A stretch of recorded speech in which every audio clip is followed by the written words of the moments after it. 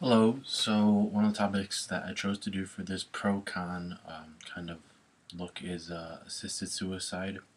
So assisted suicide is basically when the person takes their final action themselves. So instead of like naturally working, where say if you had cancer or something like that, this is where the person would have a physician assisted suicide, pretty much.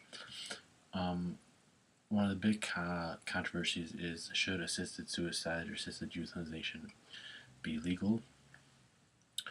The true meaning of assisted suicide is pretty much a suicide with the assistance of a doctor, a physician, or someone like that.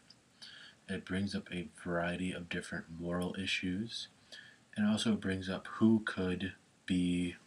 I don't want to say allowed, because it's not really allowed. You can legally kill yourself anytime you want, and you're allowed to. You can take your life, and nothing's going to happen to you. But there's been some history with this, and there's also been some talks in the United States and other countries. On the Netherlands, they have assisted suicide already there in practice, I should say. Um, so some of the pros of assisted suicide or assisted euthanization of it ends suffering for people. So the type of people we're talking about is maybe people with cancer, people with bad dementia, people who have an ailment, say you're maybe in a car accident, been paralyzed from the waist down, or fully paralyzed or quadriplegic, or something like that. Um, it's also for people who maybe you have an ailment where, say, you're in continuous pain all the time. It's not maybe cancer or something like that, but it's a continuous pain. It will allow you to peacefully end your life without ramifications of um, stuff like that. The cost of it is, on average, it costs between $50 and $75 for the medication of the medicine. Um, that's a lower cost, if you think about it, than if you were to maybe be on long-term um, medication, where it's chemo, radiation, care like that, because you're going to have the transportation cost of the hospital radiation center, you're going to have the cost of radiation or chemo, you have the cost of the doctor's visit, you have the cost of all the supplies and stuff like that. And also, one thing I should mention with the assisted suicide, it's not a violent act. It's not like, you were suicide, you think of like hanging or something like that. Assisted suicide is firmly just off of medication. So one of the pros is that, some insurances will accept it as a, I don't want to say as medicine, because it's not really medicine, but there's talks of maybe insurances paying X amount of dollars to help get the medication, because in turn that helps cut their costs. They're not paying for your chemo, radiation, stuff like that, as I have already said.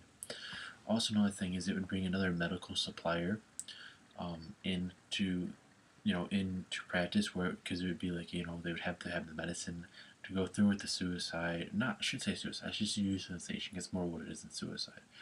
They have the medicine and stuff to do that. The supplies. It also brings some jobs, because unlike there are pets, who people euthanize their pets, be like that. Or maybe there might be a person who goes to a couple doctor's offices who go around and they strictly just do the euthanization at your house, somewhere like that.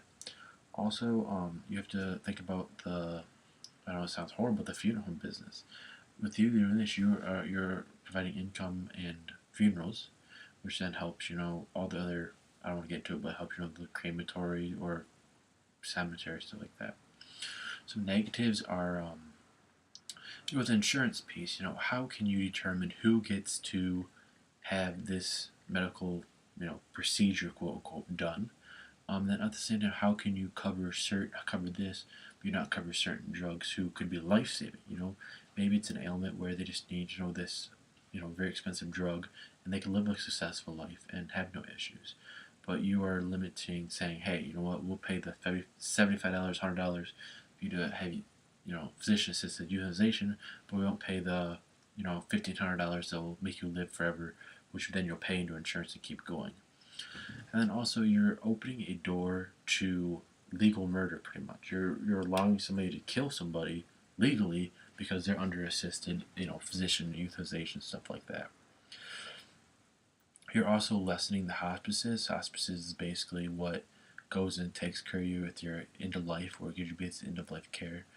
By doing that, you're going to eliminate them. I mean, not totally, because there's still be people who will not want to do this end of life, euthanization, but there will be people who um, do want to do it, or who do not want to, do not want to do it, and you'll decrease the hospices. So maybe the hospice will only take on 100 patients every month between the 35 nurses, 50 nurses have. But by doing this, you're going to eliminate the hospicers, so you're going to make them, the ones that do have, double, which will affect your care. And you're also going to lessen the healthcare jobs. When you get sick at the end of your life, if you have dementia, you go to a nursing home, which has nurses, aides, staff, such like that. You're going to decrease those. Say every year there are 25,000 assisted deaths, euthanizations. By doing this, you're decreasing them as 25,000 people who, I'm not saying they're all going to be from the same state, same place like that, but you're decreasing them. Another thing to consider, excuse me, I just got to scroll down fast, would be, what are the justifications of assisted? I mean, what's the justification? Is assisted where they push the drug? Is assisted where they watch you push your own drug? Who can do it? You have to be a doctor. You have to be a nurse. I mean, you can have family members killing each other, and you're not really gonna be really any stipulations. You gotta kind of stipulations there. There's a mix of pros and cons as living wills. If you have a large family and say you're gonna get a large inheritance, and Billy, your brother, goes to your mom and says, "Okay, mom, let's, you're really sick," talks her into killing herself, so Billy gets the money. But at the same time, you're going there, okay, mom wasn't really sick, we get her better, blah, blah, blah, so on and so forth. And then you also have to make, who makes the decision. With dementia, it affects the brain, affects the memory, affects the choices they want to make. So is it the person's choice, and how do you know who, what are the stipulations? Is that they have to be of sound mind when they do this? Because, people in their dementia and illness say, I want to be dead, I don't want to live like this. And they really don't, it's just at the time, it's how they feel. So how are you going to stipulate who does this and what they do, and so on and so forth? And who makes the final decision? Is it a board of 3 doctors who come in and look at the patient and say, I, Dr. Smith, Dr. Johns, and Dr. Doe all think this is appropriate time, for the assisted euthanization? Or is it that you have to meet a certain criteria? Maybe you've had so many treatments for your cancer, with the radiation, chemo, and so on and so forth, and they say, you're at a stage where it's untreatable. We feel this is a pretty appropriate time for you to do this. Or is it, there's tons and tons of scenarios we could create here and go on and so forth, but it's kind of all of a down the road kind of process. So there's been history of this before. In the 1990s, Dr. Vorkian was doing a doctor-assisted suicide, where he would go around euthanizing people in a van. It actually happened in Detroit. He there went to jail for a while, but in 2007, he was let out and later died, I believe. And then also in Oregon right now, they have the Death with Dignity Act, which allows assisted suicide, where there's been very, very big ramifications that have came back on people who don't agree with it. There's also been some positive outcome where families have said, this is a lot easier than mom, dad, brother. He really was able to die with dignity and not die in a, cramped up nursing home, cramped up hospital facility, stuff like that. So, at the end of the day, there's lots to think about. The process for this assisted suicide is still far out there. I mean, it's not like this is something tomorrow you're going to see on the news that, okay, it's legal, you can go ahead and do it, call this number, and they'll get you set up to do it if you're at an illness stage like that. Plus, you have personal views. Some people just don't feel it's right. The Catholics, believe it's not right. There's been much controversy in there. Where the Universitarians believe it's at the time, it's your choice. It's your decision. There still needs to be a lot more research done. There still needs to be a lot more, like I said, the stipulations, how people view it, things like that.